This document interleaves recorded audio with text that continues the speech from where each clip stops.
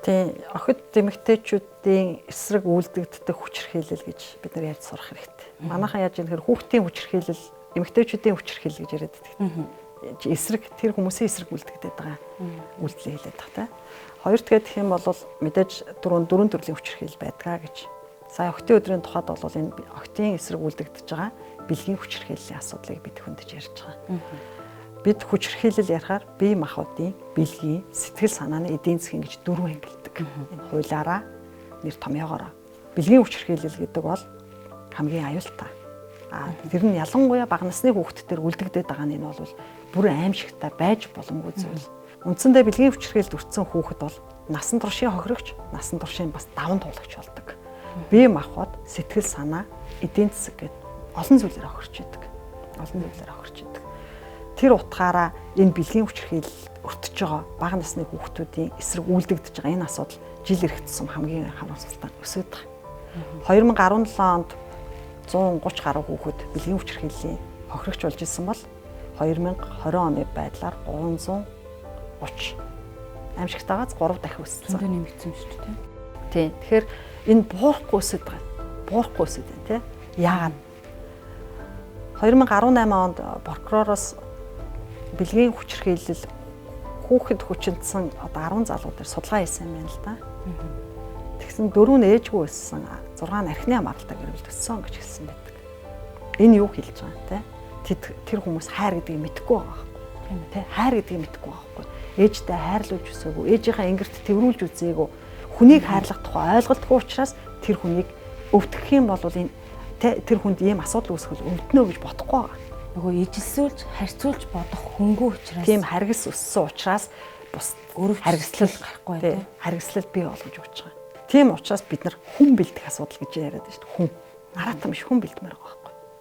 Хамгийн харамсалтай нь одоо санаатаа бэлддэггүй л байх л та. Аратнууд нэмэгдээд байна. Тэгээ яах юм? Бид нар шоронд хийгээд юу шийдэх юм? Юу ч шийдэхгүй шүү дээ. Нэг хүний гомдол барагдах юм уу? Барагдахгүй. Гэхдээ мэдээж гэмт хэрэг үйлдсэн хүн ялаа идэх нь зүй ёсны хэрэг мөн. Тэгвэл энэ тоо өсөд байна тий. Тэгэхээр яагаад бид нар бууруулах тухай ярихдаа тэр суур асуудлуудыг харж энэ урьдчилан сэргийлэл соён гэрүүлэх ажлууд руу орохгүй байгаа юм бэ? Яагаад энэ боловсролын систем руу орохгүй байна вэ? Яагаад бид хүн бэлдэх тухай асуудал ярихгүй байна вэ гэдэг л байгаа. Тэгэхээр бүх юмны гол гогцоо ерөөсөө л тэр мөнгөтэй байх, орлоготой байх, хариуцлагатай байх, чадварлаг байх, тэ манлайлагч байх, сайн аав байх, сайн ээж байх. Ерөөсөө л бид нар суурь нь хүнээл бэлдэх хэрэгтэй. Өнөөдөр Монгол бас халамжийн бодлого живчлээ гэх тэ ажил хийх хүн олдохгүй байна. Бид нар ийм л ухамсартай нийгэмд амьдарч байна шүү дээ тэ. Би ажил хийгээд мөнгө олоод сайхан амьдрна гэж бодох биш. Хин нэгэн миний өмнөөс надад ямар нэгэн зүйл өгөх ёстой гэж боддог ийм нийгэмд бид нар амьдарч байна. Хөөхөн байх юм бол баян үнэтэй суул сайхан амьдрна гэдэг ийм охтууд маш олон болж ирж байгаа. Маш олон болж тэ. Олсон мөнгөө зөвхөн одоо юу гэдгийг нүүрнүүд, гадаад үзмжиндээ зарцуулдаг. Баян үнэтэй суухын тулд тэр айлын амьдралыг яаж сүрүүлэх нь тэр хүнд хамаагүй мэтэр орж шин. Тэгвэл бид нар баян үнэтэй суул сайхан амьдрна гэдэг тухай биш. Би баялаг бүтээл сайхан амьдрах юм аа. Би өөрөө хүчтэй байх ёстой гэдэг ийм бодолтой охтуудаа бид нар хүмүүжүүлэх ёстой.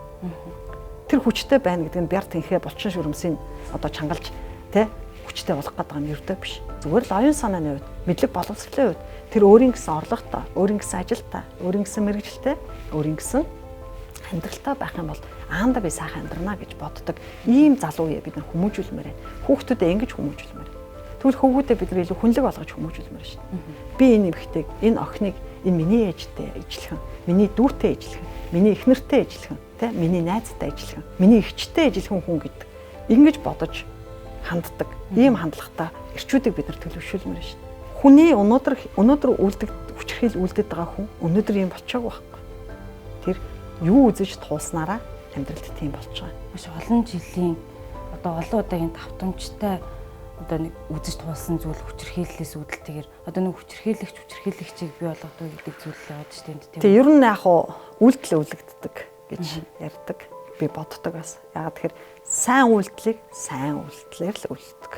Саар үйлдэлийг саараар үлдэж байгаа. Үндсэндээ аав нь ээжийн зоддог байсан бол тэр хүүхд тэрийг харж өсөж байгаа хүүхэд би ч ингэж болно л гэж бодчихдаг. Энэ болохгүй биш болдог зүйл гэж ойлгочдөг. Аав нь хүүхдээ зодж исэн бол тэр том болоод эргээд хүүхдээ бас зоддог. Яагаад гэвэл зодож болдог гэдэг. Энэ байж болдог зүйл гэдээ хараад өсөж байгаа учраас эргээд тэрийгэ буцаад дараагийн амьдралдаа хэрэглээд байгаа.